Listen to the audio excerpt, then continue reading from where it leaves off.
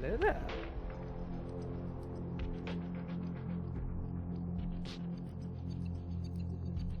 Oh, doing alright, how about you?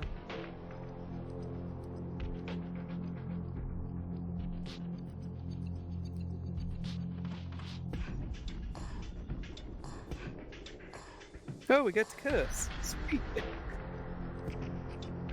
That means I get to keep calling you an Egypt.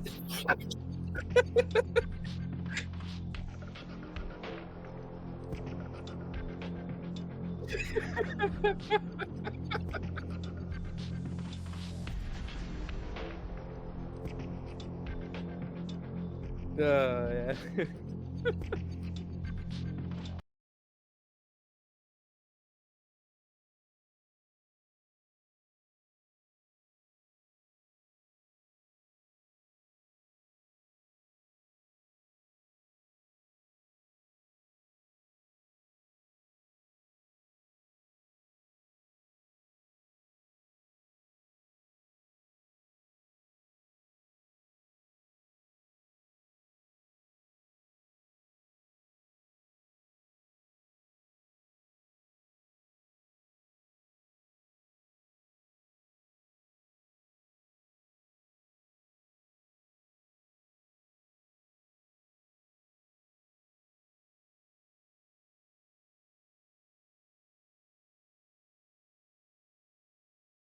Hey, Noah, good to see you. Welcome on in.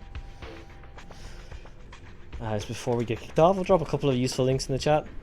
So, if you're not aware, there is currently the 22nd anniversary kicking off of Tiberian Sun. So, there's been a lot of events last week and this week, all to do with the various mods around the community, which is fantastic. You can go to the dedicated anniversary Discord channel there to check out all the happenings, link in with all the different mod channels. All your key links and stuff is there. Hey, Flippy, good to see you again. Welcome on in.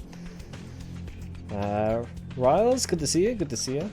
So yeah, we're going to kick off the start of the Tiberium Resurrection Game 9. We're just going to have a couple of quiet 1v1 games, myself and Tiberius, one of the devs. We'll also potentially have Flame coming in as well. He's hanging about, so he'll be chatting a little bit on the call too. So we're getting a little bit of insight from them in terms of recent changes made with the latest patch, and a couple of bits and pieces from that. So yeah, looking forward to it. Should be good. You really enjoyed the last stream? Cheers, Flippy. I guess I'll flip on over this. How's it going? It's actually sunny in Ireland, which is why I look like the sun. There's a slight bit of reflection going on, but that's fine. It's not too blinding, hopefully. But yeah, welcome on in. So as I say, the plan is to do a couple of 1v1s, possibly open it up a little bit after that. Have a bit of chat with the devs, see how that's going. If you missed it from this morning, there was a stream done by a few of the members of the team, which will be up on YouTube. Hopefully after the stream I can put it up and you'll be able to access that. Basically the devs spent some time going through all of the current campaign missions that are up, and they even included a quick speed run, which was very impressive, of the second campaign mission, which is not an easy thing. They managed to get it done in under half an hour. I won't say exactly the time limit, but it was a very respectable time, and it's quite daunting from my side of things to see how well they did it. But yeah, those who aren't familiar with the mod itself and have never heard about it before, Tiberium Resurrection, you can download it at that link. It currently has, I can go through a little bit of the launcher. So if we pop in over here, what's up guys? So you'll be able to get the latest version from ModDB. You can see down here in the bottom left, we're currently running version 5.1a. There are a couple of variations and last minute changes, so big shout out to Lucas for managing to get those out and trying to make everything run smoothly on the day. And of course after the stream as well, it's worth noting, I think they're going to do a developer tourney, and I believe Marchik Fox is going to be hosting that, so we'll be sure to send people his way after this.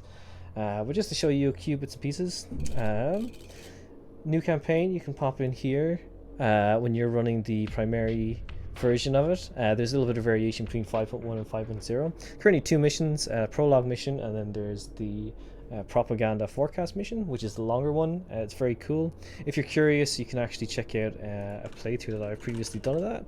If you do get stuck and want some tips and tricks, you can see how I managed to power my way through it there. Hey, Hyper, welcome on in. Good to see you. So yeah, that's the kind of 2 current campaign missions in here, but then the other bulk of the work that's been done is very multiplayer focused. There's been a lot of play testing, I believe, and I know a few of the devs have been working very hard to try and make it a very interesting experience. So it'll be very, very cool to get our asses handed to us by the devs, to put it politely. So yeah, it should be good. And there's a whole bunch of maps and things in here. You can do these on skirmishes as well if you want to test it out against the AI and see how all that stuff is out. But as you can see here, good selection of maps. There's 2 new maps with the latest version. So they added a 3-player map, the 6 Paths of Tiberium, which is super interesting. There's a bunch of neutral units in here as well. I played this a little bit. I believe there's a couple of neutral units in here you have to deal with, so that's very cool. And the other one is... which one is it? I think Autumn Flare is the other one. It's their 5-player map. Looks very nice, so I'm sure that we'll get to try that out. And of course, there's a few brands of these. Is there a Discord stream of this as well this time? Flippy for this, not so much. I just because of limited bandwidth, I unfortunately located out somewhere near the sticks, so it's very difficult for me to upload the 2 sources at once. So for me at the moment, this will just be uploaded here on Twitch. I'll be in the voice chat with the guys on Discord, but that'll be staff only. You'll hear them. You should be able to hear them all on the stream when I turn it on. And then afterwards, as I say, during the tournament, I don't believe any of the developers are planning to stream their point of view on Discord, so it'll mostly be through Mark J. Fox on Twitch, and we'll be sure to send people that way before the end. And of course, something actually worth noting here, just before I jump on a call and see if the devs are around, is there's multiple game modes to this. So of course you got the default Tiberium Resurrection, but they actually have included a bunch of fun little mini games and things in here, and then some of these were here already before the specific patch, but just in case you've never played the game, I definitely recommend you pop in here and check out some of these interesting little Easter egg games that they've included. And of course they've put in a bunch of the vanilla maps too, and then Tiberium Resurrection specific. There's a whole bunch of cool stuff here. Very cool, very cool. Hey Deuce, good to see you, welcome on in. And yeah, that's pretty much it. I guess I'll hop on a call here and see who's around. If I unmute myself and go like expected this. That you actually intended it the way it came out. Hey guys, how's it going? Hey man. Hi. How are you doing? Hey. So who we got joining us? We got Tiberius, you're in here, yeah? Yes. Nice. We got Flame, you're here too, right? Yeah, Flamewh33l. Nice. And we Be right got... back. Yeah, no worries, Tiberius, no worries. And we also got FeFe, right? FeFe or FeFe? FeFe. FeFe. Yeah. A bit of both. Perfect. So the plan... Like, yeah, go for it. it's like FeFe, like not FeFe, anything else works. Perfect.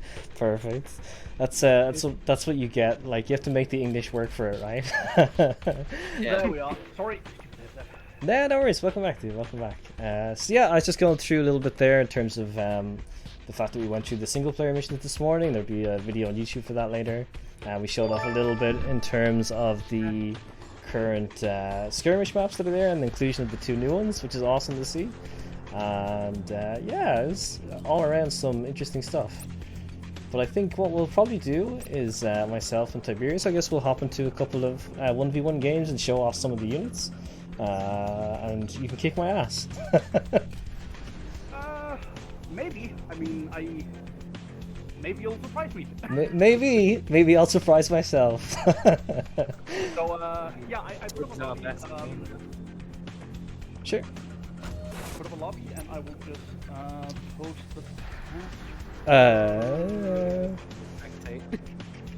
Let What, sorry, me. Flame? I was hoping to spectate. Oh, can we just give it the?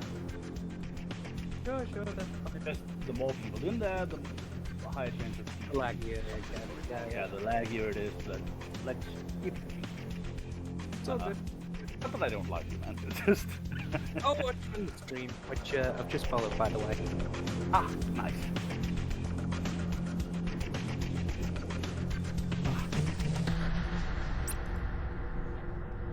Let me get this. There we go. So, yeah, do you mind if I shamelessly pick one of my own maps? Of course, it's no problem. I'm just gonna boost your volume a bit, make sure that the guys on stream can hear it. Okay. Someone said it's a little bit quiet, but Yeah, Hopefully- sorry, my headset's kind Yeah, no, it's not a fault on your end. It's always a bit messy when it comes to trying to balance audio and stuff live on stream. It's part of the You're fun. streaming on Twitch? Yep, Yeah, yeah. that's correct. There should be a link in the chat too, if you need it. Oh, nice. You managed to get the divination earth on the background of your webcam. Yeah, it was really cool. A lot of the art assets for this are in their raw format in the actual install folder, so you can actually dig in there and rip some of them out and apply a little bit, just a little bit of cutting a circle shape. It's not too hard. You can do it. Yeah, it was nice. The stuff with this mod is great. Yeah, it'll be interesting to see. So Tiberius wants to try out one of his maps. So it's, how do you pronounce it, Tiberius? Vandpyt. It just means puddle in Danish. It was just a working title. I always just name my maps something random while I work on them, just so I can save them in the editor. Sure. And for some reason, Lucas liked it, and we ended up. Yeah, it's just called Vandpyt now. Yeah, like I said, it's just Danish for puddle because of the water. Yeah, that makes sense. I keep taking the mick out with the name because of the fact that it's like, oh, it's the Danish puddle. It's like, yeah, that's what you were giving us. Yeah, the Danish puddle. Of all Welcome things. to the Danish puddle. Tiberius, Yes? you might want to turn on the tournament rules. Yes. Yes. Very good Congrats. idea, FeFe. Thank you very much. So what's the difference between regular and tournament rules? The main thing is that we can't hobby bomb each other. I guess I'll. Yeah, basically you because we have the red tip in the game, the red Tiberium, which is even Yep. more explosive than the blue, and the Tiberium in here is generally a little more dangerous. Mhm. We had a problem where the strongest unit in the game was a dead harvester. Like you could blow up half an enemy base with Yeah. with a filled harvester, and that just completely broke the PvP. So For sure. I think they pulled that off in the propaganda forecast this morning, so people could check that out in the video afterwards to see how it works. yes, okay. It surprised me. I was not aware that was a thing. So yeah. Yeah, so It's- yeah, and it's a bunch of other small. It's basically a no bullshit mode for like when you want a balanced, Yeah. fair game. Sure. I can respect that. It's nice to be able to have that as an option for sure. Yes, I do feel like it's a bit. I do feel like it's a bit cruel that Tib is playing Nod against you because of how fast they're going to be. I'm sure he's not going to rush me, right? It'll be a casual affair. No, I could never do that. Oh, here come the engineers. Oh, he's going to be a douche. What? No, tell him I'm never a douche when we play. Yeah, Tiberius like never engy rushes. He like. Yeah, I but think man, that's about the only noble thing he'll do. If that's a noble defense, it's not a good one. Look how good I am. I'm not going to instantly engineer all of your base. Yeah, Yeah, so, but you- there's a bunch of changes with the latest patch for the multiplayer. I don't know if any of you guys in the call want to have a little chat about it, or anything like major you think that should be mentioned. Tiberius is probably busy focusing on the base building a little bit. But I don't know if the rest of you guys have any comments or anything. Or even Tiberius, if you think Well, you can the- afford to waste time and talk. When playing against others, I really prefer to focus on the game. Yeah, I'm not very good at multitasking, to be honest. Sure. sure. It's a tricky thing. yeah, well, never the was. basic thing is that Node has been changed a lot, especially their tier 3, because yeah, we needed to remove the cyborgs from it, and the cyborg reaper was kind of challenged because we had like almost like we had a concept, but we needed it to like balance in the game. Sure. Makes sense. Also, well, they had. Not sure if I can say it, but I guess I can. Well, they had tank that was in the tester versions that were like early access. They had tank that was really not fitting them, so we needed to like change it because it was like slow. It was basically a mammoth tank Mark 1B, but for not. Yes. So it was like really unfitting for them. What is this sneaky infantry in the rock? I do not approve of these strats. That's fine. That's just him scouting. He's making sure that you're not gonna dick him about. But yeah. Yeah. Meanwhile, if we have a look at his base. Yeah, but then when we removed it, we came to a problem that on like smaller maps or maps with like small choke points, GBI had a huge advantage. Sure. So we needed to give Not a unit to like battle those heavy walkers and heavy stuff. Sure. So yeah, Not has now the perforator. Like do that. But yeah, I think Tiberius did a great job on balancing those. For sure. It's a difficult thing to like balance and playtest as well, right? Because like it's a hard process to go through for any of the CNC games, let alone you know, when you're starting out kind of with a setup like this. So it's interesting to see like the changes that are being made and how they're actually coming down. And like I know there is a good number of people who are optionally testing the maps too, which is really nice, I guess, from a balance point of view, right? Are you finding like the feedback and stuff from the testers beneficial towards making eventually those decisions? And you know, do you have any kind of positive comments or negative about the work that they've been doing today? Well, to be honest, like for multiplayer we don't have many active testers. Sure. So like, we're a pretty tight-knit little tester group. Yeah, so it has been really hard to find more people, but it's you know, small community, lots of new projects. It's difficult. Sure. I'm sure that we can get a few people over to the Tiberian Resurrection Discord as well, if they're interested in potentially helping out with that stuff. Yeah, You I think killed like all of my harvesters, Tiberius. That's not very gentlemanly of you. I'm just like, oh, I'll rebuild a harvester. Oh wait. It's like there goes all of your money, so you can't do anything about it. It's okay. I can yeah, hold this. I think we could have managed to like do it better, that balance, but well, yeah, you just died. Oh sure. Well, I mean, a lot of this is just down to to my level of skill. But yeah, like I think we did like most we could for like a so small group and so little time we had, basically, because we had like deadline on today and we were doing it like from 5.0 release. That was like 8th of August or something like that.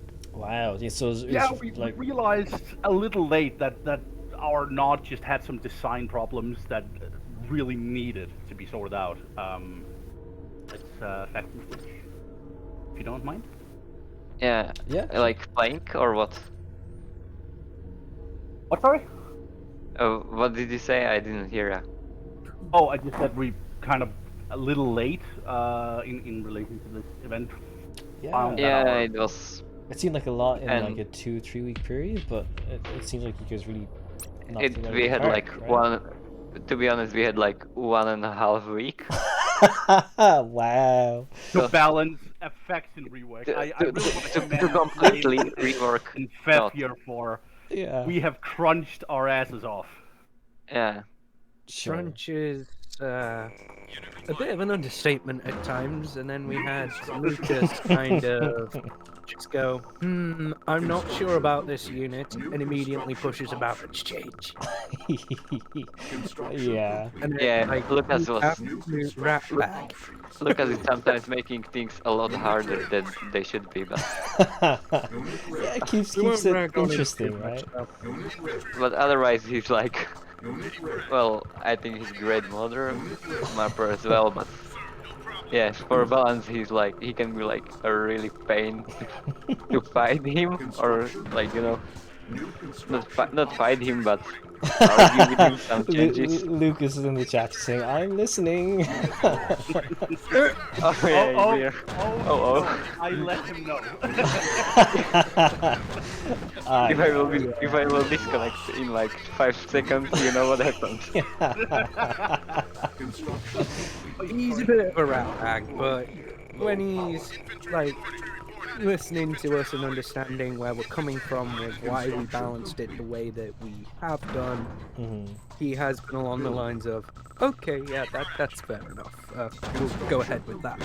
Sure. I mean, there's always going to be a little bit of that friction, like as you come along through a development process, especially during like those kind of tight turnaround times when it's only like a couple of weeks. As you say, to like both to balance a faction is difficult, but to balance it alongside kind of giving it a major overhaul is super impressive work. And again, It's been interesting. yeah, interesting seems like a nice word for sure. Yeah.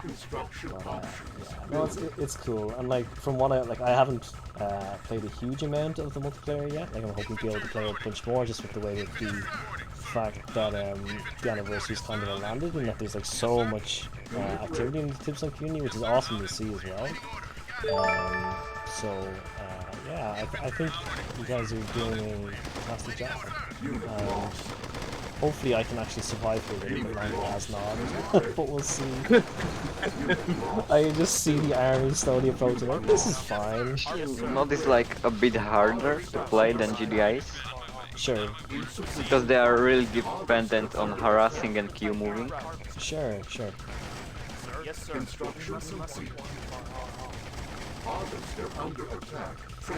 when you're not doing that, you're gonna die. Yeah, but I mean, it's always kind of been a good way of having interest in the multiplayer stuff, is like to have the factions play very differently, right?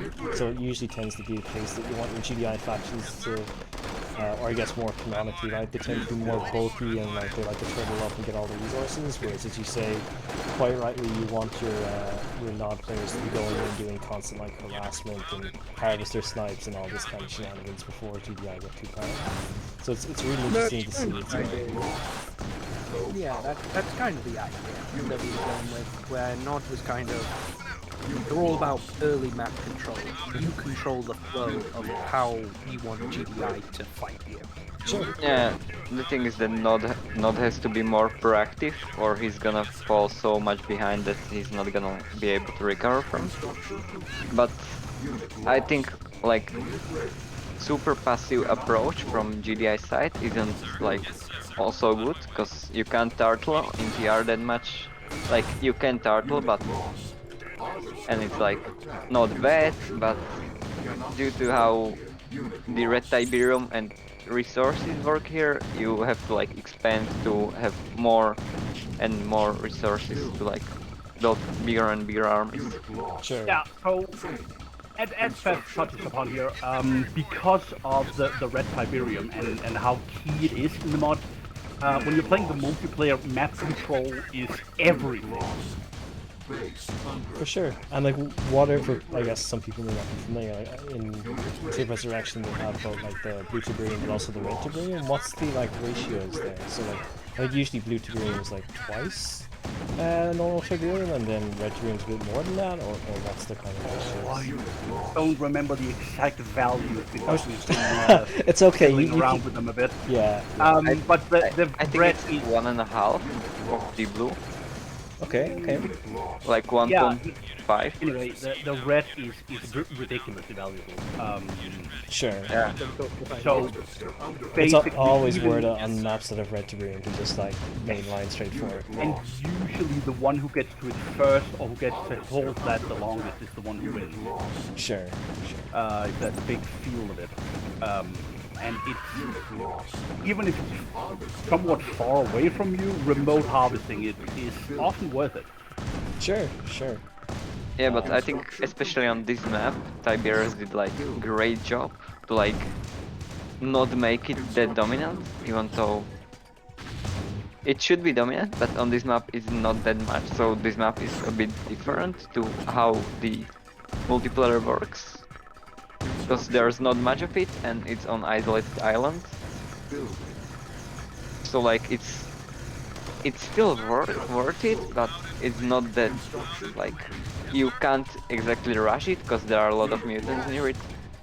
Sure. And that's an interesting thing I've seen across a bunch of the multiplayer maps is the use of those mutant units to try and like cut off those more straightforward base calls to get to like nice spots in the map. So it's really cool to see how that susses out. And it's also nice to see that GDI can still mass Titans and absolutely wreck under the right hands of Tiberius. That we have not taken away from them. If anything, we've made it like there's better synergy in their tier 1 crush. Sure. Because we've buffed the Wolverine to actually be useful. Yeah. It's definitely noticeable for sure. So yeah, I'm thinking let's hop into some games versus AI and talk a little bit if you're up for that. Sure, you can remain undefeated. That's fine. I understand you're scared you might lose the game. That's okay. Oh no takesy backsies. It's too late now. There's just like there's one person that Tiberius is scared of, and it's not in TR. Okay. Yeah, I fear only one man on that ramp string, and yeah, I think you've seen one. Oh yeah, holy. We had, what was it, there was 7 of us playing in the Dawn of the Tiberium Age stuff, and he managed to beat all of us. Yeah, even while being surrounded, it's ridiculous. Man. Lupus saying, ask Tiberius if he remembers the one-man commando army. Those were dark days. Yeah. Oh dear. Yeah. They really were. We had basically Also, problem I'm not that even sure which Commando we're was. talking about because they were all bad at some point. Like, the cringe, but it shows like Yeah. it shows the value of the balance and how far you've come, right? They were we so did, yes. good and bad. Yeah, basically we had a unit that was so good that if you mixed those with Titans, you really didn't need to do anything else. Like you had the whole package there. Sure. And that was a bit too much. Yeah. Anyways, you wanna hop into some 2v2, or do you really wanna call me out for another? Oh 2v2? no, that's fine. We can go for the 2v2. Please. The Irishman. Exactly. What might be cool is, would it work on the new 5-player map that was added this patch? We could show that off. Oh yeah, absolutely. Yeah. Yeah, this reminded me of thing that Lucas does when he's playing multiplayer. He often does like when he's losing and like it's 100% sure that he's gonna lose. He says something in a way like, "You have last chance of surrendering," or. Yeah.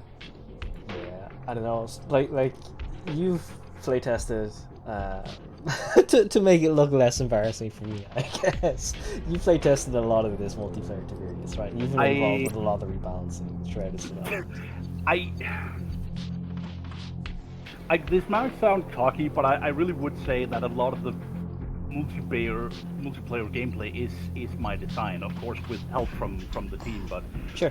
so yeah, but a lot of it comes from things I've suggested over the course of development, and yeah, I have crunched this game for 1.5 weeks, and generally, like, I'm in 3 projects and I test all of them, so I'd say I play TS every other day or something. So you're okay at it, like, you know. I'm okay at it.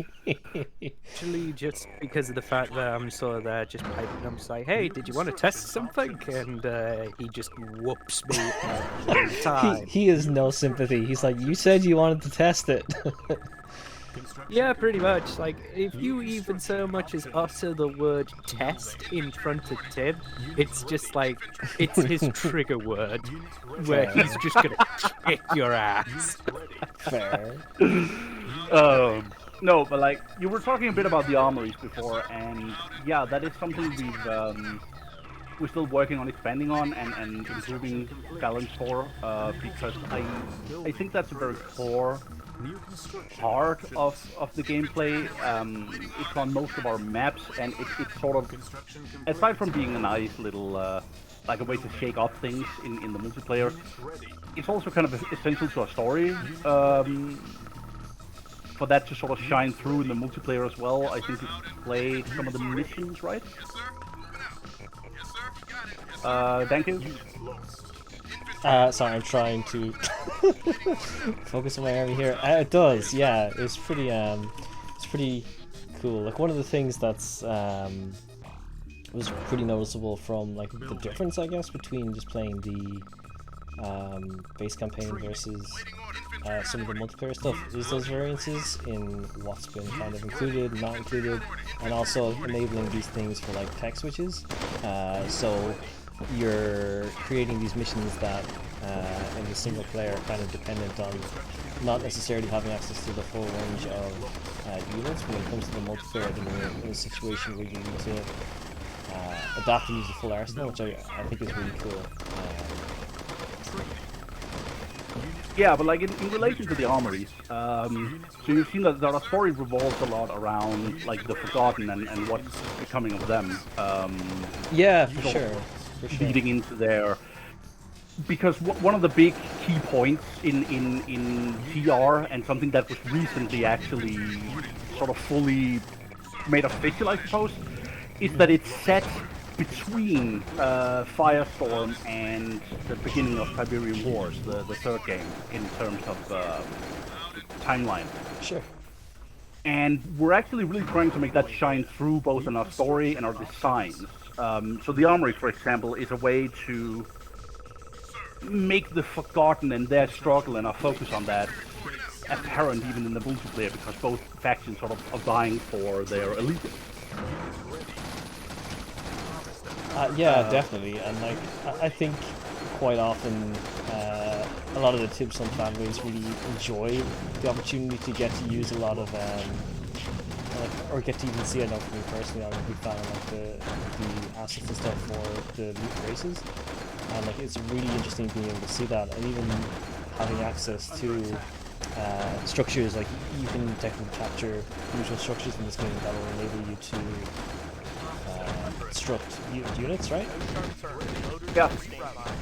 Yeah, that's what I'm talking about, the armories. Yeah, exactly. Exactly. That's really cool. Like being able to just build Tiberian fiends and stuff like that is just such a nice... Yeah, they have...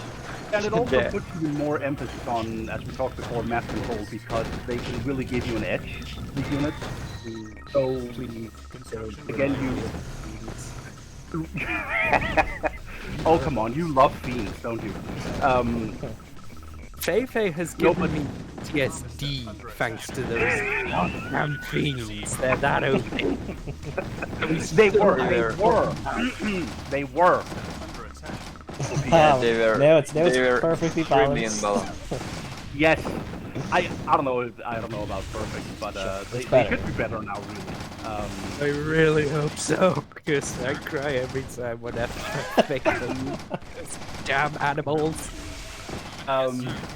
No, yeah, but so that's something we wanted to shine through in the multiplayer as well. And again, I think it also spices up the gameplay, so it's sort of a win-win thing.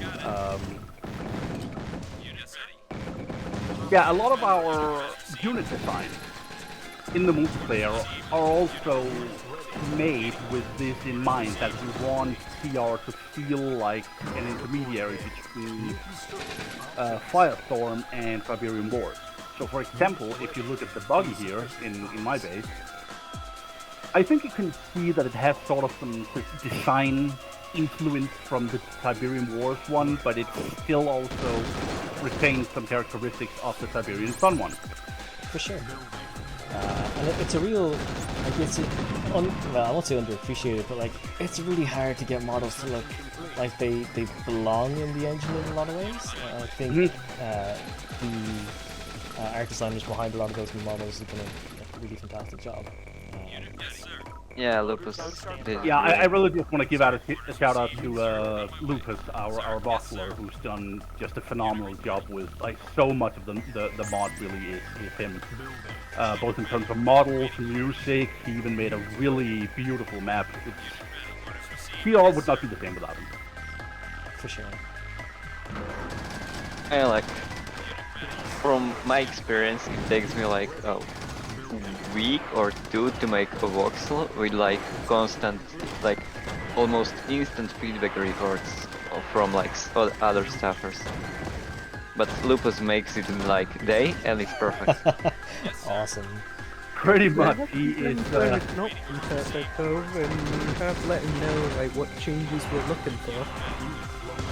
Yeah, but he's quite quick about that too, and he's yeah. Okay. Lupus is great, man. He's so efficient and talented. Dude's a freaking lunatic. Like he's doing the voxels, he's doing most of the soundtrack that you're listening to right now. Which is also pretty damn awesome, I have to say. Yeah. Like, he does so much with this mod to give atmosphere, and without him, TR just wouldn't be the same. No Lupus, no TR. At least not as good as it is now. It's definitely incredible, and like it can be easy to forget that like people are doing all of this with their free time. Like this isn't something that a lot of people have the full-time capacity to work on, right? And you still manage to get. Lupus says it's most of Frank's soundtrack. There may still be Klapaki and Mendelssohn's music in the OST, but he still made a very large proportion of the OST, Lucas. So Yeah, don't and put he yourself down like that, man. he remade a huge amount of them. Like, some of them are remakes and some of them are originals. But both of those are really amazing. Lupus, Hamid, like there's quite a lot of people who have done music for it. Holland as well, who's another person that's done some music for this game. Yeah, but Lupus has made like 80% of it or something. Pretty much. Yeah, Lupus is sort of now like the main DJ for this game. That's one way of putting it, yeah. And he's also made like 80% of new voxels or remade voxels, so yeah. Yeah, It thank made- you. You probably wanted to talk a bit about like generally our approach to designing the multiplayer part of TR. Yeah, for sure. Yeah, so basically with TR, I've tried to go for, you know, variety and this idea of, you know, it feeling intermediary has been very, very important, but and I wanted that to shine through in the gameplay a little as well, like for example not having more of a fast light tank. It's also why we started experimenting with the buggies actually, no, sorry, the bikes are actually turreted in TR, like you can Q-move them, which might seem insane and kind of random, but again that's inspired by Tibbles actually, but with a visual design that's more Tiberian Sun-like. For sure. It's yeah, like those kind of decisions are it's very easy to just kind of go to default and not enable that, right? Like it does take some experimentation in terms of like, oh well, should this be turreted or not? Should we focus on keeping it like identical to the original, or should we actually feel free to maneuver around the restrictions in place? Yeah, it's a balance we really have to constantly think about. This to get a bit of both, and to get the best of both, ideally, of course. Sure. I mean, yeah, you always want to get the best combo, but I think it's very what was my word? Like it's very. You need to be able to take risks if you want to try and make something special, but at the same time, be very true to the original source material. So like you were saying earlier, trying to stick with the feel of it between the two, like two wars, if you like, while still also implementing these changes, and even some of the graphical feels of the models and things, and not being too afraid to do that. It takes a lot of And experience that's why too. testing is so important. Because if you don't take the time to experiment sometimes, then yeah, I feel like you're never just gonna discover a lot of like good ideas that could have been. Yeah, for sure. Because, for example, the Q missile spike thing was something even I was very unsure about when we did it, and when we tried it out, we felt that it actually, like, we found that it felt surprisingly good, and we believed that we could balance it. It still might not be perfect, Sure. but I think we took a risk there, and I think it paid off. Yeah, it really did, and it makes the feel of using buggy bike together, like, that's a powerful rushing combination. If you're not prepared, you're gonna get owned by that. It's the classic, like, GDI 2 minutes into a game is actually being overrun, right? As you saw earlier, yeah. I'm familiar, yeah. As was nicely demonstrated. Yes, I couldn't help Of course. myself but demonstrate. Yeah, but another thing with PR that I have really had sort of as a core philosophy is that I want it to be rewarding, of course, for good players, but I also want it to be very approachable. Noob friend. Yeah, I want it to be beginner friendly actually, because I got the impression that both our tester staff and generally our player base weren't like hardcore PvPers. Sure. And weren't. Plus, TR really started out with primarily a single player focus. So, yeah, I've really tried hard to strike a balance between, rewarding skill if it's there, but also not making it so, get good or go away. What was the, I suppose this is kind of more from a competitive multiplayer perspective, the decision around not being able to build multiple construction vehicles, right? Like, there's kind of a requirement that you can only have one at a time, if I'm right, and then you rely on kind of like the GDI or the not outposts to expand. It leads you to a situation where you lose your continuity kind of down your ability to build for quite a while. Have you seen like the impact of that on the multiplayer in a huge way, or do you think like the decisions behind that were made specifically to try and help balance the game, or is it more like, I guess, just what did you think about it in terms of the decisions leading to that? So honestly, that was mostly just personal preference on Lucas' part. It wasn't really a balance decision. But I have, of course, like, it's something he's very keen on, as he likes to say. Like, when he uses that word, you know you're in for a long discussion. Oh, I locked in my harvester with its placement. No. Yeah, no, but it's something he felt very strongly about, because he wanted the Conyard to feel more special, like he's referring to sort of at the heart of the base. But I have, of course, tried to balance the game around. So the Conyard is a lot more sturdy than it is in the base game. You can rebuild it immediately from tier 1. Exactly, so you don't end up in that position where, oh, you got rushed, your Conyard is dead, the game's over. Yeah. It still costs an absolute hefty amount, though, in order 4K? to build the campaign again. It's interesting. Absolutely, yes. Go for it. But it's... my experience in our PvP matches, often it's one of the last things to die, just because it's easier to just kill the enemy's economy and shut him down that way. Yeah, I mean, that's the thing with at least a lot of the Command & Conquer online games that you see, is what you actually tend to prioritize in terms of taking out. So it's usually a case, as you're saying, like, especially with the like of the Red Tiberium here, like, you're more than likely wanting to camp on that, and if you know your opponent's actually going to be going for it, you want to get on top of it first and like try and take ownership and push their eco back a huge amount. So it's really cool. Absolutely. Absolutely, yes. And a lot of the PvP really is fighting over that red tape. So it's not only about, hunting down your enemy's eco, but it's also about, like I said, map control and denial. That is such a key. Like, I think Flame could tell you about the games he's had where he's allowed FeFe here to control the red without much opposition. That doesn't end well. Yeah, it's usually what ends up being my death sentence whenever I end up playing this mod, but when I prevent him from being able to do it, because he's that much of a pessimist of whether or not he's going to win or not, he ends up just automatically thinking, I'm just going to lose, and therefore he loses. And it's like, come on, man, surely you can... Yeah, the thing is that, like, PR is a lot more dependent on macro than it's on micro, because Sure.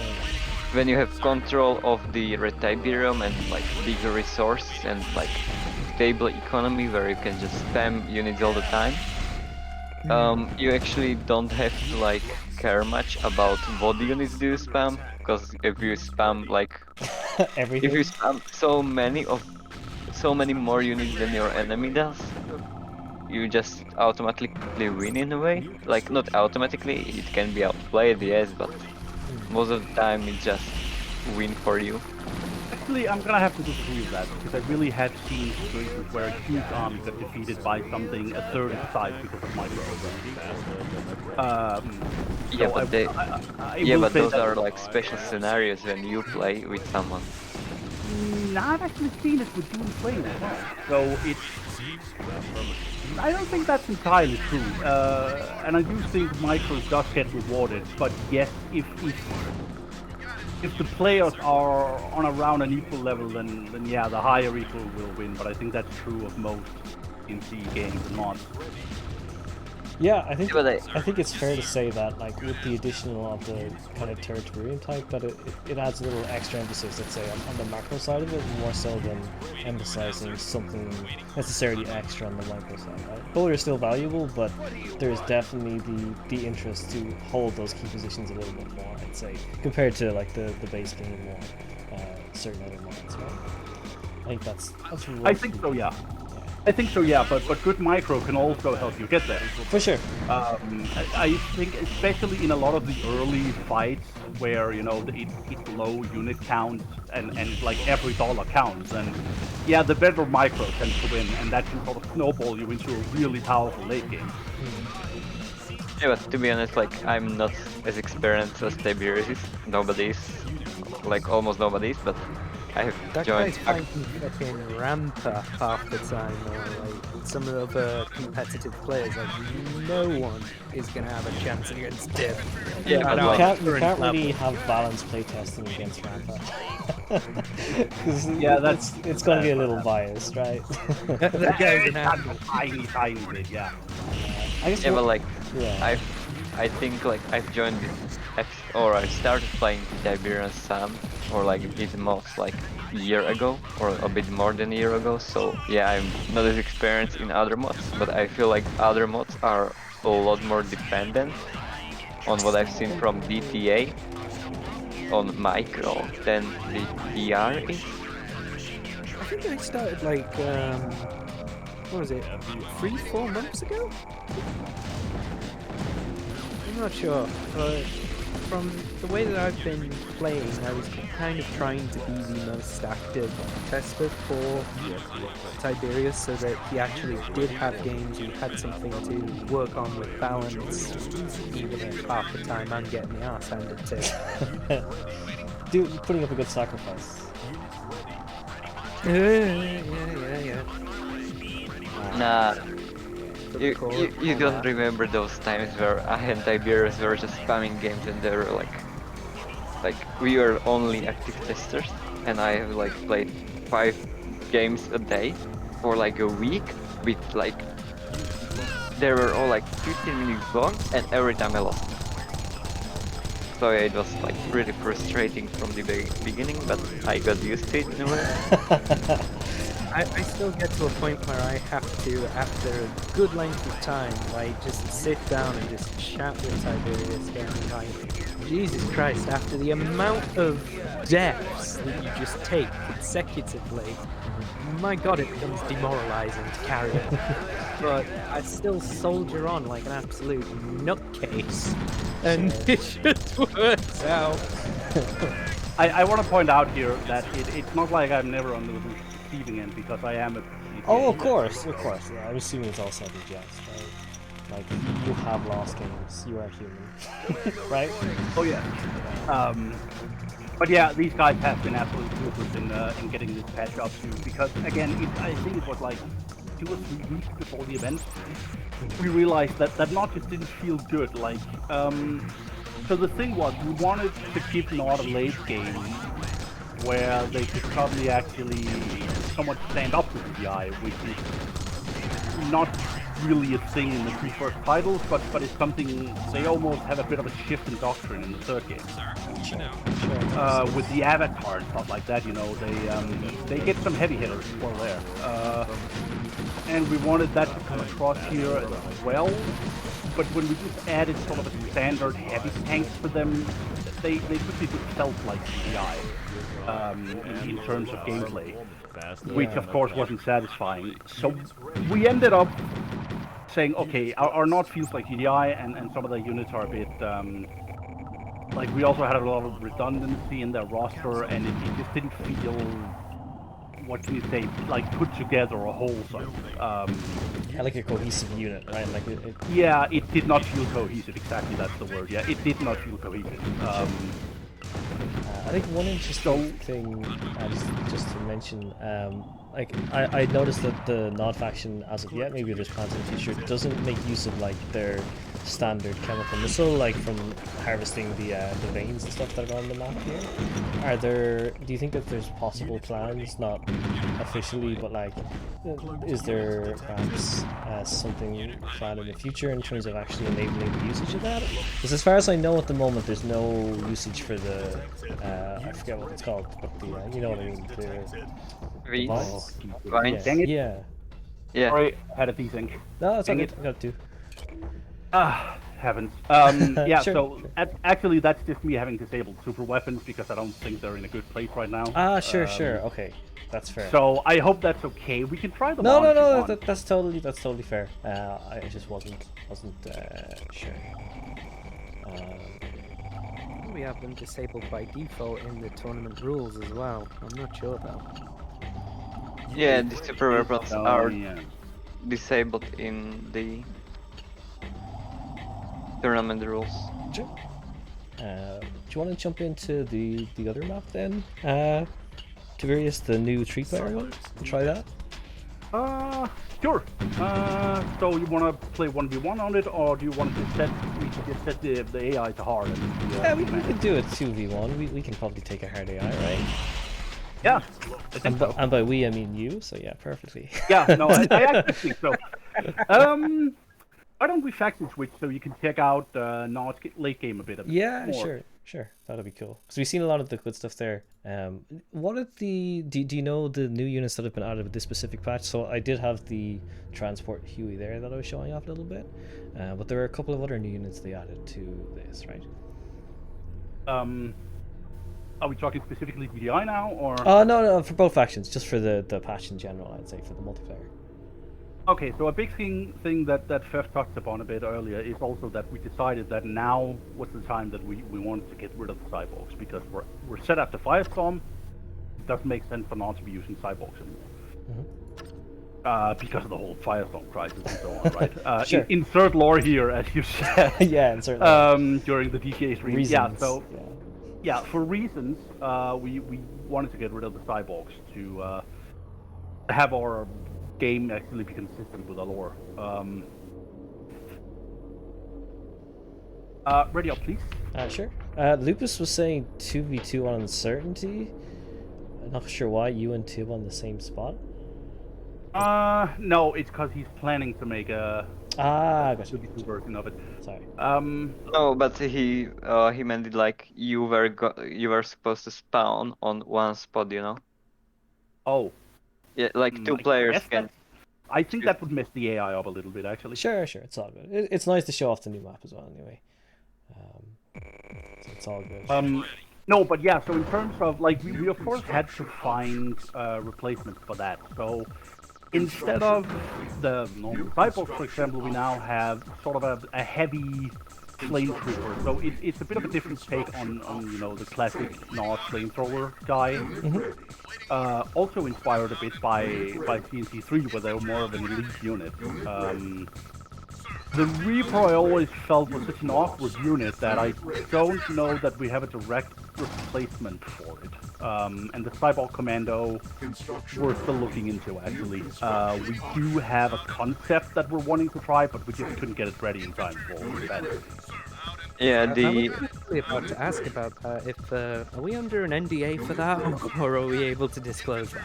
I think let's not get into the specifics because it's still no, it's just we're still sort of nailing down exactly how we want to approach it. So it's more that I don't want to tell people one thing and then there's another that shows up in the game. You know? Oh, yeah, because, we got sold for the replacement of the Cyber Reaper. Yeah, but again, it's not a direct replacement. The Solos is really more inspired by the Command & Conquer 3 beam cannon, and is a long-range fire support unit.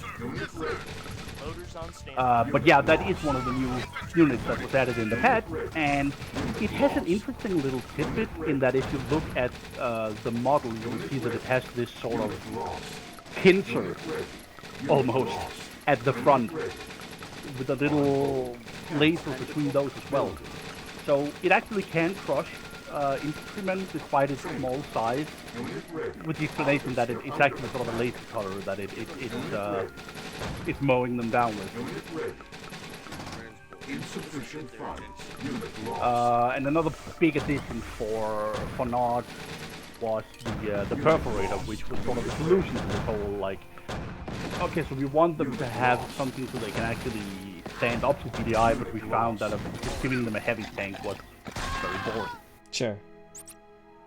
So we ended up going, okay, so what if we make something that is very specifically designed to be a mammoth killer? Which makes sense, again. Because the PDI had gotten a mammoth tank, and we went with, okay, so instead of just a normal tank, how about something like a really dedicated tank destroyer? And then give it a little more of that sci-fi twist, because tank destroyers are a little bit of an old school concept. We made it fire Tiberium shells and gave it this huge green explosion and some, you know, sleek design and all that. So it still looked fitting for the game, in my opinion at least. But it's really more of a tank destroyer than just an average heavy tank. Its balancing was actually really interesting in my opinion, and one of the more interesting experiments I have done as a balancer, in that we thought that it wouldn't make sense for a Tiberium weapon to not kill infantry. But we also wanted a dedicated tank destroyer that was not going to be effective against infantry. So how do we go about that?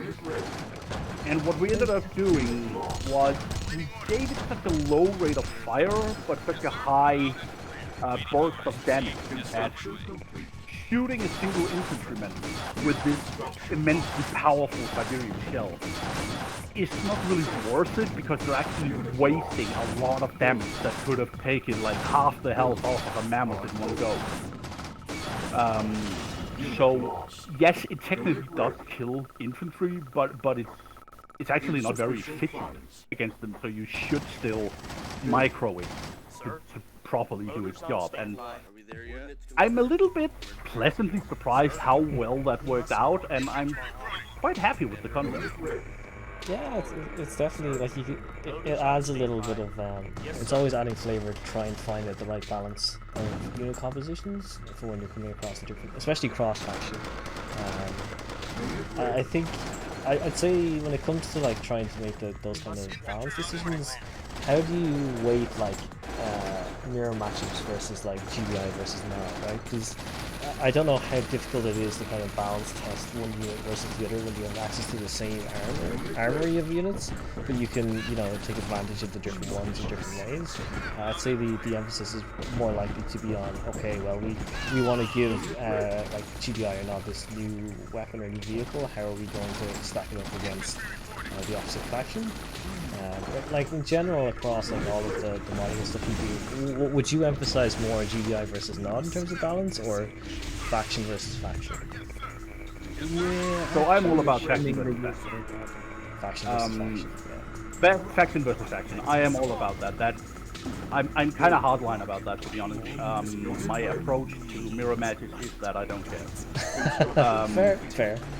No, because it technically a mirror match will always be balanced because you have the same tools. Sure. So it's something that I just don't want to bother really fussing about because I personally, at least, think mirror matches are always boring. They're always balanced, but they're always boring. Gotcha. So yeah, my approach to mirror matches is I don't give a crap. And I know a lot of other modders really don't feel that way. That's my approach. Sure. And it's a totally valid one. One thing I think is pretty interesting with the odd faction actually is the cricket bike. The like suicidal, build a few of these, send it straight into your enemy and just let it go. It's pretty satisfying, especially if you manage it against GDI players who have like a clump of infantry. Yeah, so when you're the game's balance director, it's not very satisfying. Okay. Fair. That okay. thing has been one of the biggest headaches for me. So I've not done you any favors by saying that. Cool. No. Yeah, I mean, I've not really ever been a fan of suicide units. I tend to find that like if you build more than like 2 or 3 of them and they're all clumped up together, they all kill each other anyway. So it's kind of you know, it's not something you can really use in the heavily strategic way, I guess. But Just they used to be so overpowered that even that didn't really matter. Like they were really badly breaking the game at the beginning. oh wow. And that's it's one of those things that it was actually added while I was on a bit of a break.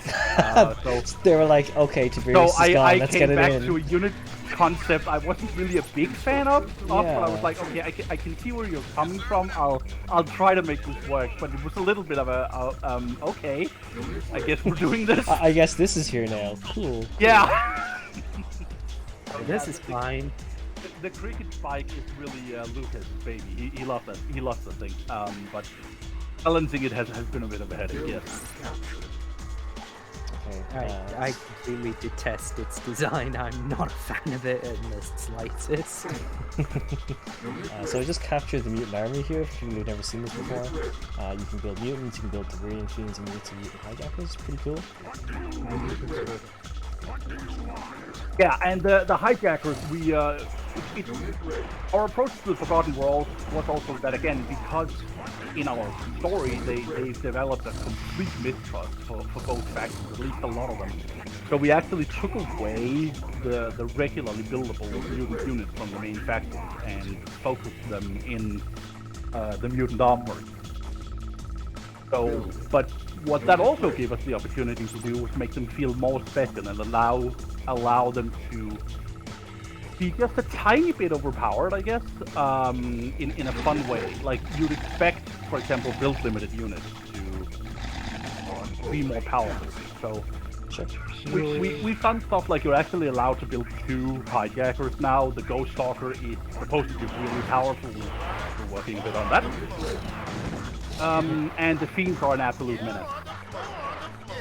Yeah, just a bit. Yeah, as you can tell, don't talk to Flame about Fiends. Yeah, he has bad memories from matches against me. He has Fiend trauma from playing against FeFe. FeFe really loves the Fiends. Yeah, I don't say I love them, but in a way that I really enjoy playing with them because they are like, not because they are OP, but because they... Yeah, because they are OP. That is literally the only reason you love them. Yeah. Fair. Well, But actually the unit One I thing- most enjoyed playing with was Toad Harvester. But yeah, that gives some of our testers bad memories as well. yeah, FeFe was pretty much the one who discovered how broken it was to load up, because not in that tier 3 they have a harvester that can actually float, which again sort of ties into the Tib Wars inspiration in the mod. But loading that up with red tip and then sneaking it into an enemy base and then using your own aircraft to blow it up was just about the most filthy tactic in the history of Tiberian Sun. It, Yeah, it's basically, like you leaning even with, didn't need to blow it off, but like you came there with like one Banshee or something, and you just hit it, it uncloaked, and the enemy just destroyed it. Oh man. And it blew off like his whole Conyard and half of his War Factory or something like that. It's like laming in Age of Empires. It was that kind of Sure. dirty tactic. Does does the bigger Atlas Harvester do more damage because it's got more to it, or does it scale when you blow it up? No, it would. It with again, it was a problem because the Atlas Harvester has like more than double the carry. Yeah. So the normal Harvester weighs more. The Atlas Harvester is sort of Thing would like be a new. super harvester in a way. Like it's a tiny bit slower, but it has more carry capacity and a lot more armor. So it's really sort of a frontier harvester if you expect your economy to come under attack.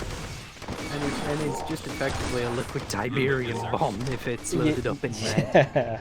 Yeah, that gets really bad. Anyways, one thing I think also is interesting with balancing TR is that, you know, like I said earlier, we have this neutral Forgotten faction that we want to play a key part in the game.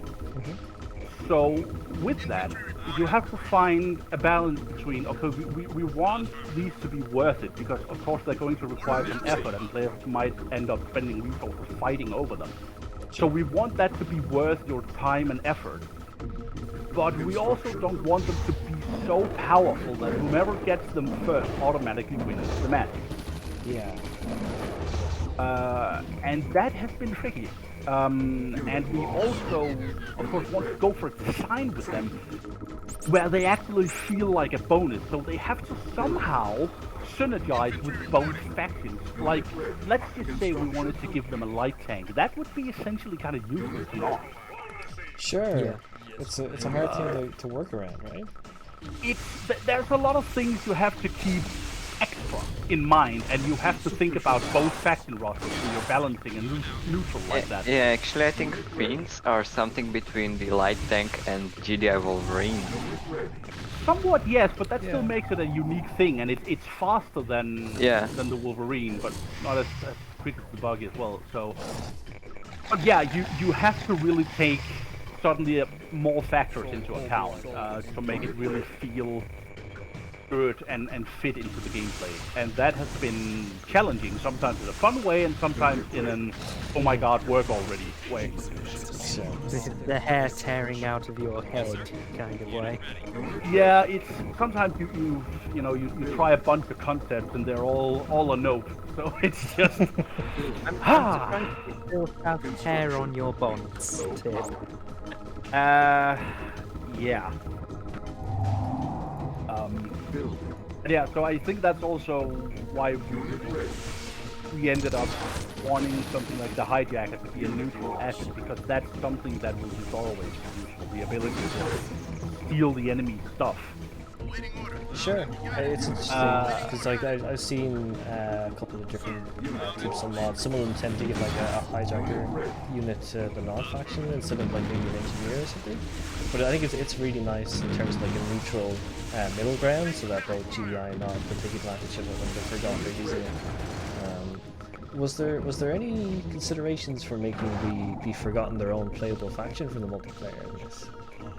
Yes, they have, and they're actually having to talk about it. Cool. And I think and I think it's something Lucas really wants to do down the line. It's just we're not there at the moment. That's totally fair. To really be able to. But yeah, I really think that is a long-term goal, and it's something that I actually am keeping in the back of my mind. Like, if we do skip to Forgotten something, it's something I also want to not suddenly be, frankly, a shit show if we try to put it into an actual factor. For sure. So that's a third factor of fun when trying to Factors come of up fun. That's when you know it's real fun. yeah, factors of fun. It's interesting, and yeah, there's a bunch of unique aspects to balancing and coming up with concepts for TR that I think also makes it very enjoyable and gives it some variation from my other projects. Yeah. Especially this sort of Command and Conquer 2, Command and Conquer 3 intermediary setting can actually be a lot of fun to work in because, again, you get to take the best of both worlds. So you get to take what you liked about TNT3 and some of your favorite CS stuff and try to mold that into a faction, and that's really enjoyable, to be honest. Definitely. And you can, I mean, you can just tell from, especially the way you're talking about Tiberius, that like obviously you care a great deal about like the amount of work goes to the mod and like the considerations between like obviously the lore is quite important, but also matching like the player feel to it and how they do it. And obviously this isn't just for you; it's for the whole dev team, right? But I think it's a ringing indictment is probably the wrong phrase, but it definitely comes true just from the way that you and the other devs on the call are talking about it. And I think you feel it as well when you're playing it. Like you can tell the likes of like the Forgotten stuff and being able to capture the outposts and even like the idea of this veterancy stuff through the outposts or the armories is interesting. Being able to like put individual units in and get them trained up by the mutants. Like a lot of that stuff. It's just interesting in a lot of the different ways, and I know for me personally, like ticks a lot of the nice dopamine boxes of like, ooh, this is really cool. No, I know these units, but now I can build them and use them. It's just really awesome work all around. So fair play. So you have no idea how happy that makes me because that's ultimately what it's all about. I want to make an enjoyable experience, which is also why it being approachable and somewhat beginner friendly is very important to me. For sure. And I mean, I think it is highly beginner friendly. I think once the campaign is maybe a bit more fleshed out and there's a few extra missions, it'll even help players in terms of transitioning to the multiplayer stuff. But I found even like being able to hop on the Discord, it'll take you like 2 minutes to, well, roughly 2 to 5 minutes if you ping someone enough to get them to actually come into a skirmish match with you. So like there are players there willing to play, and like they're more than happy to experiment. And as you say, the devs themselves there are looking for people to actively play test it and stuff. So I'm sure. Actually, I don't agree on this. Like, the campaign gives you a nice transition to multiplayer, but also like, I'm not sure. Like from streams that like from players that played it first time and streamed it, I felt more like some of the units that are like new brought a little bit of confusion to the campaign. Okay. So like, I'm not sure, but okay, so that's the something. multiplayer can be a good idea too. Sure. Yeah. Okay. So that's something that's actually worth noting right now, and that's something we also have had, let's just say, lengthy discussions about how to approach. Is our story actually begins during the Firestorm crisis and it ends after. So specifically, I believe it takes place after the events of Tratos' assassination, but before Cabal's uprising. Yeah. So the first two missions are set like right in that little time spot, and then the rest is going to take place after.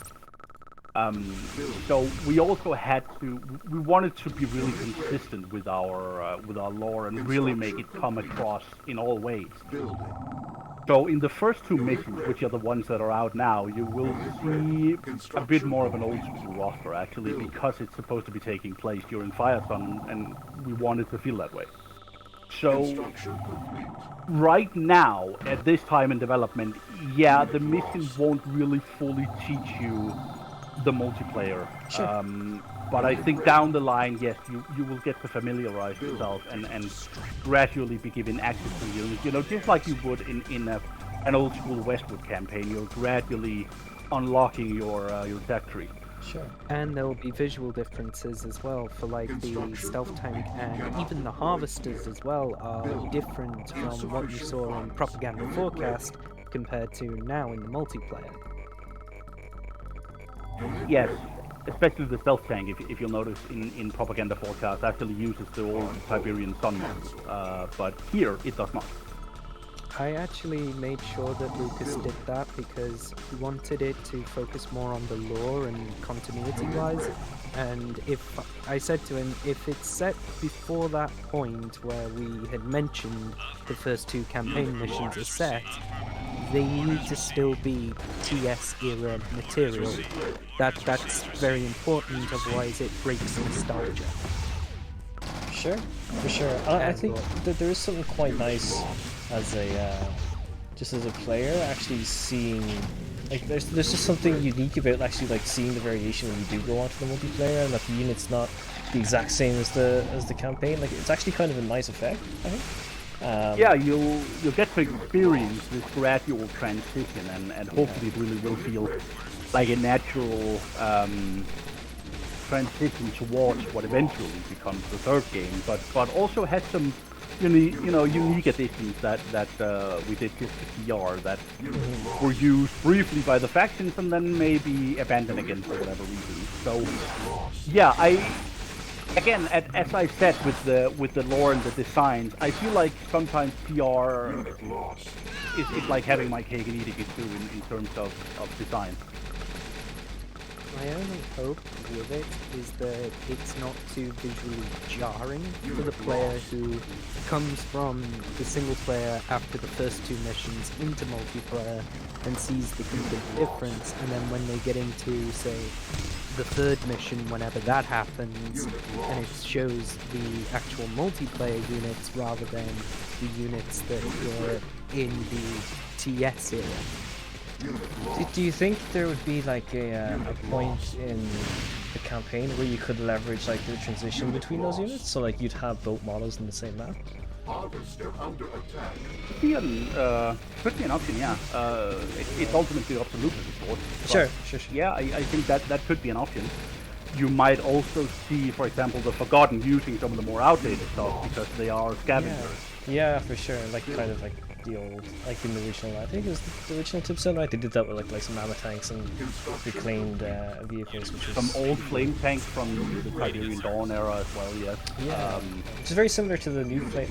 It's a new flame tank model. Is this here in the previous patches, or is this new to this specific? It's new. Yeah, we wanted to give them a proper flame tank because, again, we felt they needed something to have the option of a little bit more of a direct approach, and the Devil's Tongue from Tiberian Sun also has a bunch of inherent problems.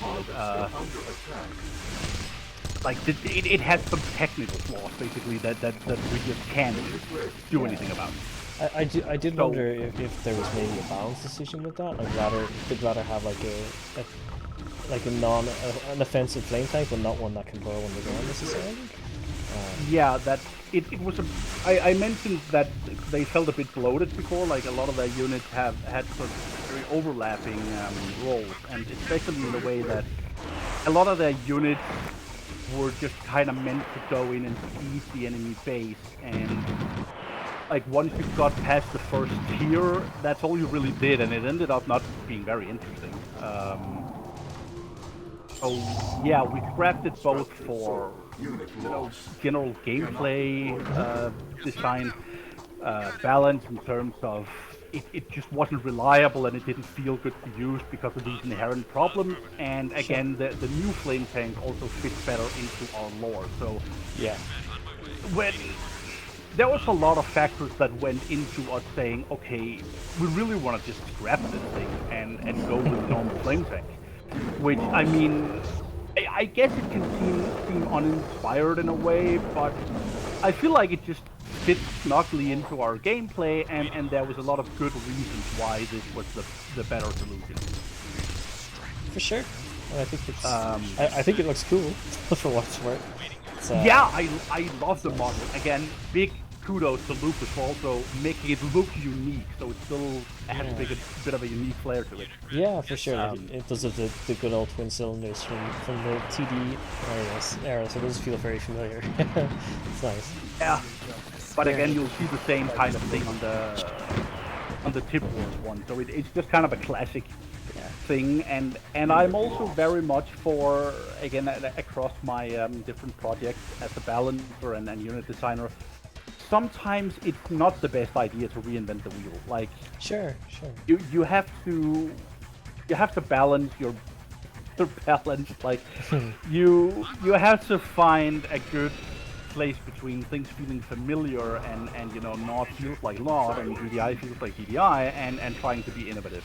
Yeah, for sure. And it's a lot easier said than done. It's a lot easier said than done, and I mean, I started in my first project was GTA. That's where I started.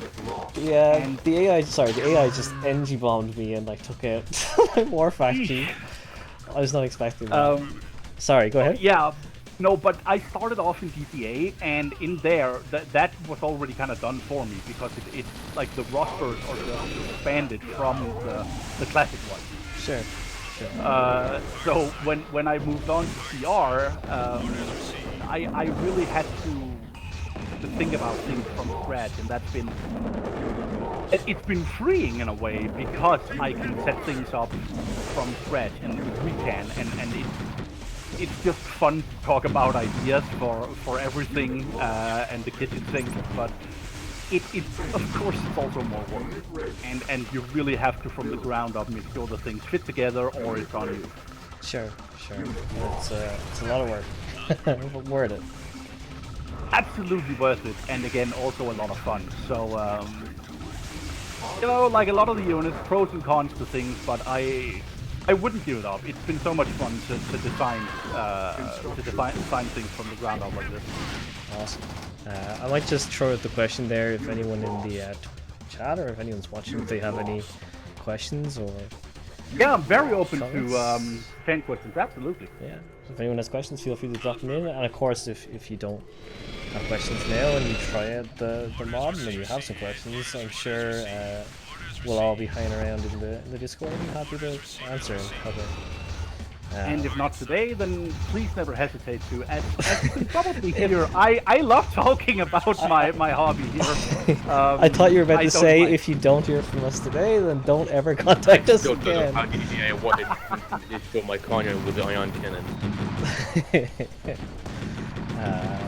Yeah, so the session from this morning that went through the kind of updated campaign will be up on YouTube later on, so if anyone missed that this morning, it'll be accessible. I'll probably throw a VOD of this session with the permission of those in the call, of course, just to have it there so people can have a little look at how 1v1 versus a dev will go, and more importantly, just to see like the different faction balances. I think it's been a very nice way to demonstrate it. It's been great chatting with the devs here too. I know Mark J. Fox is due to host the tournament with the devs in about 8 minutes or so? 15 minutes? Cool. Yeah, 10 minutes I think. So Sure. let's deal with death flow to this AI, and then we can. Actually have a win for Danku.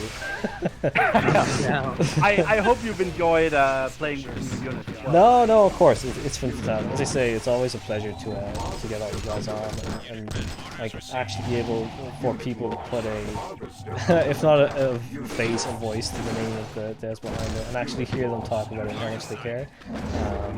I know it's definitely great for me to be able to catch up with you guys. So thanks so much for coming on and chat.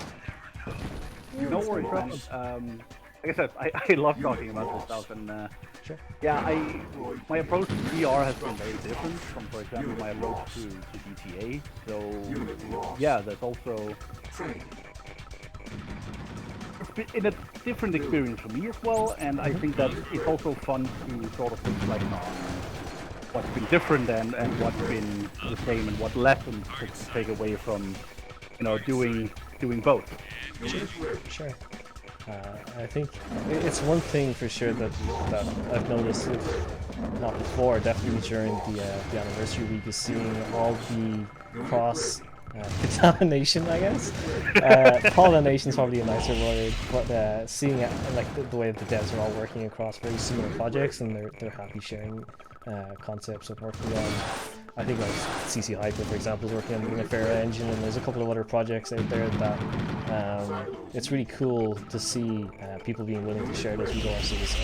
And even I think I might be wrong on this, you can correct me for this, but I think a lot of the map makers tend to create stuff across the games too. So I think there's a few maps you might see across mods, which is really nice to see people putting the effort.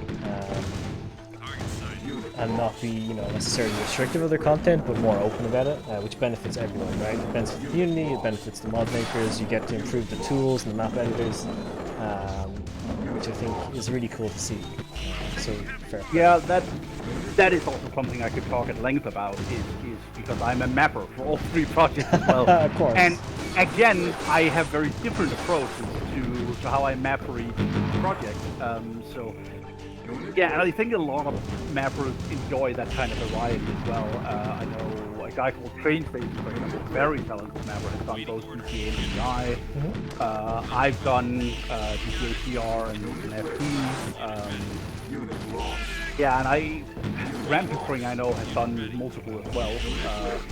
Also, of course, absolutely brilliant mapper. So yeah, there's a lot of crossover. Rampant is absolutely brilliant everything. Tell me, he's not human. It's the only answer. He's not good at going murder. That's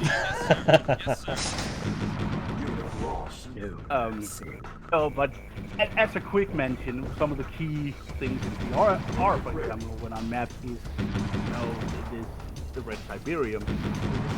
It has to be somewhere, and you generally want to put it in a place that's hard to reach or heavily guarded or something. So grabbing it is actually a challenge and a fun challenge, and also you want to place it in a way that it's likely that both players can get to it and get to fight over it.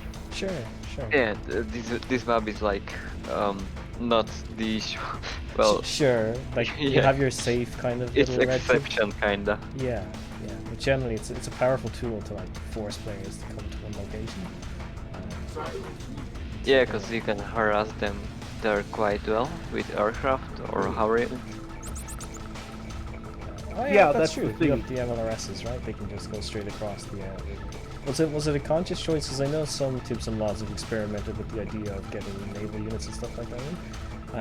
Especially with the crossover between your timelines. Was there any thoughts possibly of featuring, I don't know, like legacy gunships or things like that from the previous war era?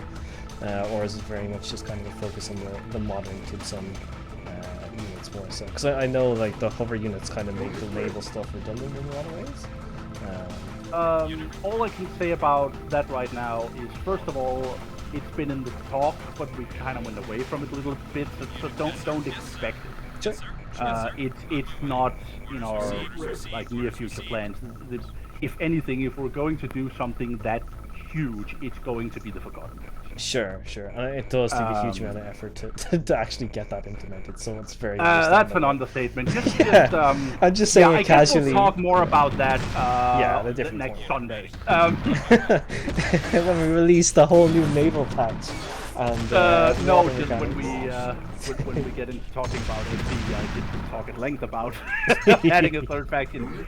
No, but it's also there is such a hint of it, and all I will say there is explore propaganda for forecast world. Yeah, that's a good point. There are some interesting units spread across that map in the shadows. Yeah, in propaganda forecast there are like many hints to like some stuff. For example, like there's a hint for like what the third mission, what it will be about. Ah, interesting. So people need to go hunting after that. It's gonna be tempting for a lot of players to just like play it once, but it's just not about like for these like the third mission. It's not about hunting. It's more about finishing the map actually, because it's the last cutscene, when you finish the map. Sure. Propaganda forecast is really designed from the ground up to have replay value, and there are so many Easter eggs and different approaches you can take in it. I think Lucas did an amazing job with that, and of course, also a shout out to the people who made. I will never stop being amazed by no strings cutscenes.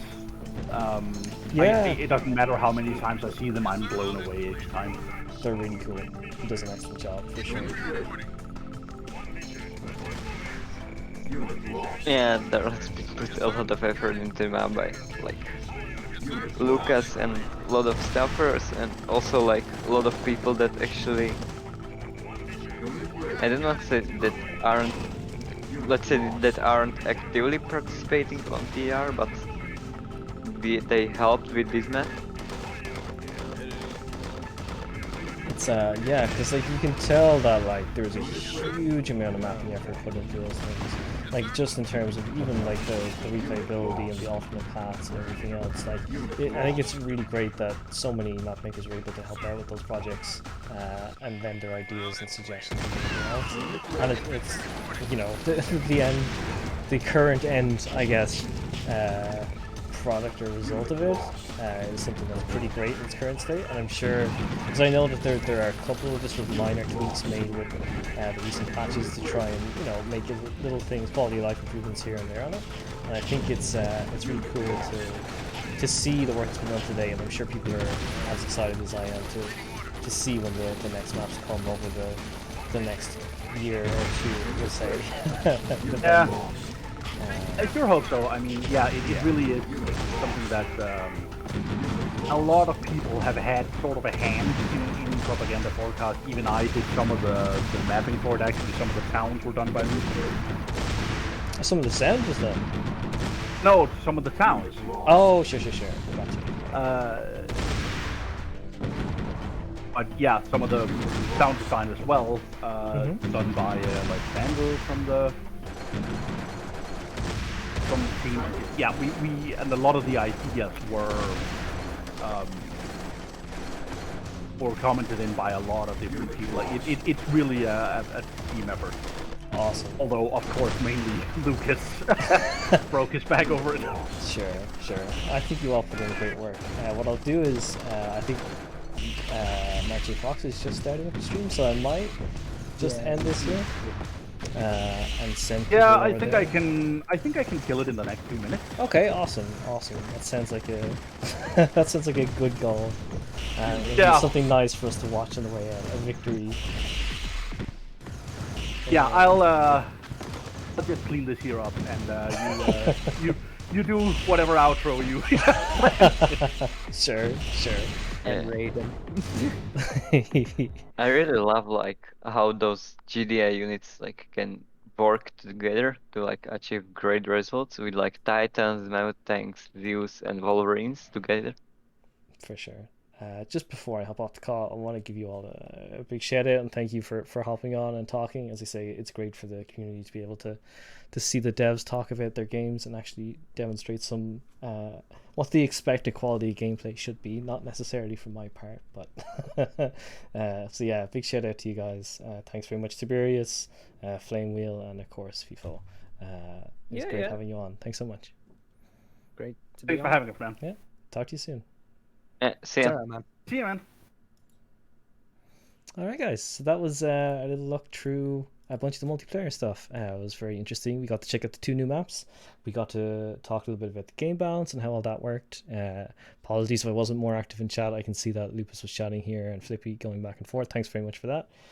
It's a lot to try and keep up with the gameplay and handle that stuff, so thanks very much. And as I said, there's going to be a tournament now, I believe, between some of the developers, and Mark J. Fox is planning to do that, so we're going to send you guys that way. So thanks again for stopping by, and I'll talk to you all soon.